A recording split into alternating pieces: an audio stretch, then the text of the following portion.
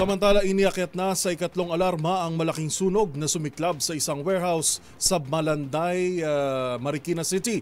Ating alamin ang update mula kay Edniel Parosa. Edniel. Joel, nakataas na sa ikatlong alarma. Itong napakalaking sunog dito sa isang warehouse sa Purok 7. Sakop ito ng Barangay Malanday sa lungsod ng Marikina. Sumiklab itong sunog pasado alas 11 ng umaga. At pabilis na inakyat sa second alarm, mga 11:41 a.m. At ngayong pasado alas 12 ng tanghali, 12:02 to be exact, ay idineklara na itong third alarm. Itong kalye sa tabi ng warehouse, itong kabaan o bahagi ng JP Rizal sa sakop ng Barangay Malanday, ay halos barado na ng mga truck ng bombero mula sa iba't ibang syudad at lokal na pamahalaan. Gayon din ay ramdam na dito sa ating kinaroroonan yung lagablab ng apoy at pinangangambahang kumabot doon sa makatabing residential area.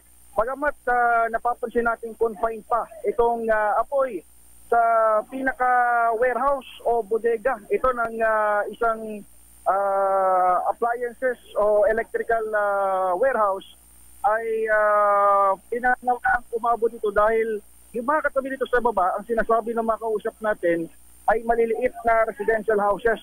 May mga gusali rin itong katabi na may ilang palapag din ang taas.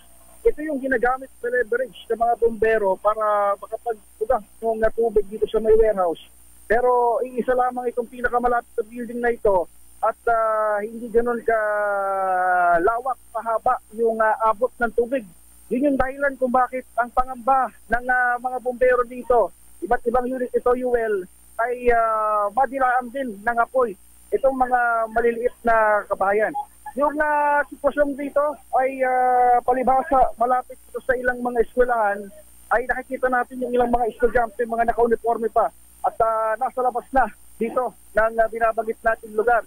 Sa ngayon ay patuloy yung hike ng pagkapula dito sa sunog at wala pang senyales na ito'y malapit ng makontrol sapagkat napakaitim pa at napakalaki pa itong binabanggit nating usok. Gusto lang lamamon dito sa kalangitan sa bahagi nito ng lungsod ng Marikina. Ako'y magbabalik pa para sa ilang follow-up report sa DZRH Radio TV. Ito sa Edniel Parosa, nag-uulat para sa DZRH. Una sa Pilipinas, una sa Pilipino. Maraming salamat at ingat din dyan, Edniel Parosa.